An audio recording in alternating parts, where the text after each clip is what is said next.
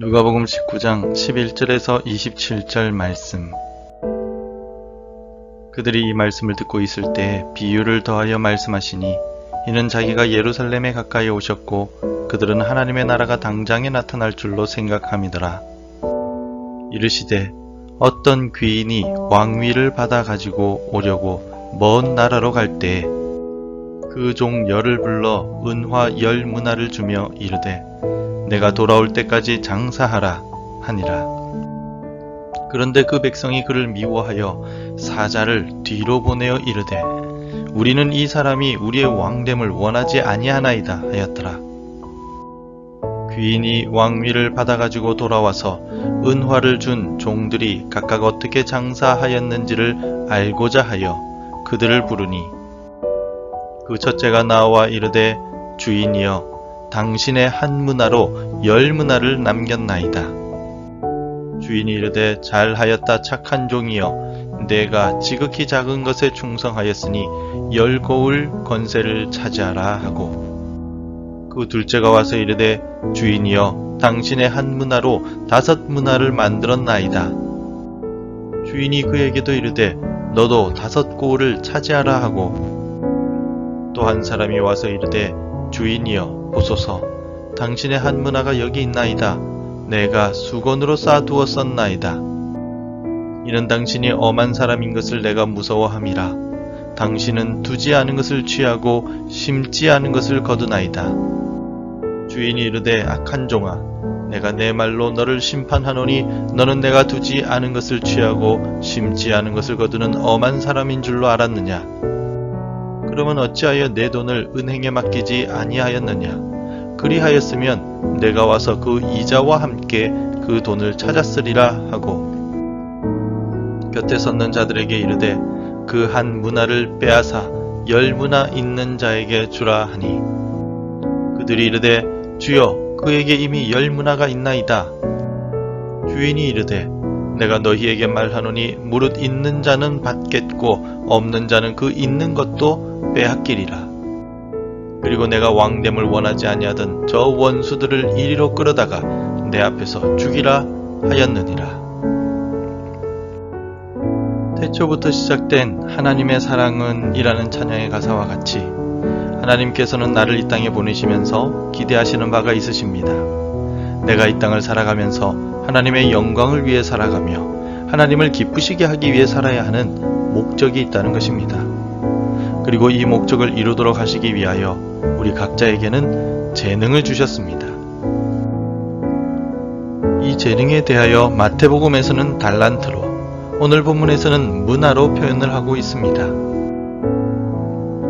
하지만 본문은 마태복음의 내용과 유사하지만 세부적인 용어 등에서는 차이가 있습니다. 예수님께서 이 비유를 통하여 하시고자 하시는 말씀은 분명합니다. 본문의 문화는 하나님께서 우리 각자에게 맡기신 모든 은사를 표현하고 있으며 우리의 능력이나 재능, 시간과 삶 전체를 의미하기도 합니다. 우리 주님께서 다시 오실 때까지 성도로서 우리는 이 모든 은사를 가지고 어떻게 살아가야만 할까요?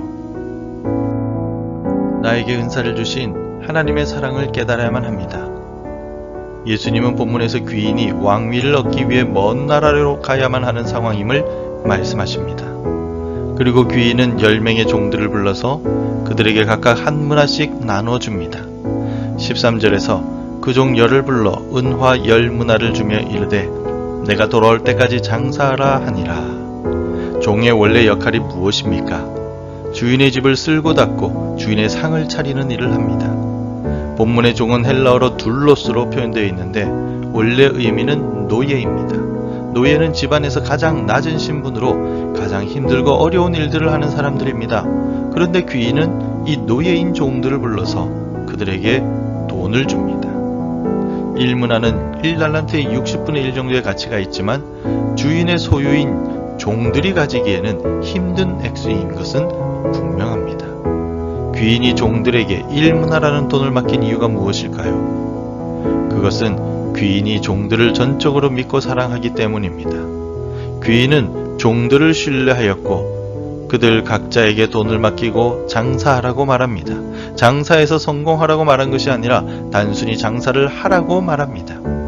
아마도 이후에 장사를 실패해서 원금을 잃었다 하더라도 그 종이 성실하게 장사하였더라면 귀인은 칭찬하였을 것입니다. 귀인이 종들을 믿고 신뢰하였던 것처럼 우리 주님도 우리를 믿고 신뢰하셔서 우리에게 문화와 같은 재능을 주셨습니다. 그 재능을 나 자신을 위해 사용하지 않고 주인이신 주님을 위해 활용할 수 있을 것이라 생각하시며 우리에게 주셨습니다. 내게 주신 재능이 어떤 것이든 그것을 주를 위해 사용해야 함을 기억하시기 바랍니다. 그리고 종은 겸손하게 최선을 다해야 합니다. 10명의 종들은 각자가 받은 한 문화를 가지고 나름대로 최선을 다하였습니다. 모두 똑같은 액수를 받았지만 어떤 이는 10문화로 만들었고 또 다른 이는 5문화를 만들었습니다. 결과에 차이가 있지만 모두가 최선을 다한 것은 분명한 사실입니다.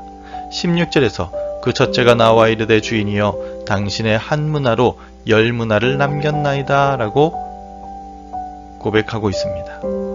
본문에서 두 사람은 원금에서 더 많이 남겼고 한 명은 그대로 두었습니다.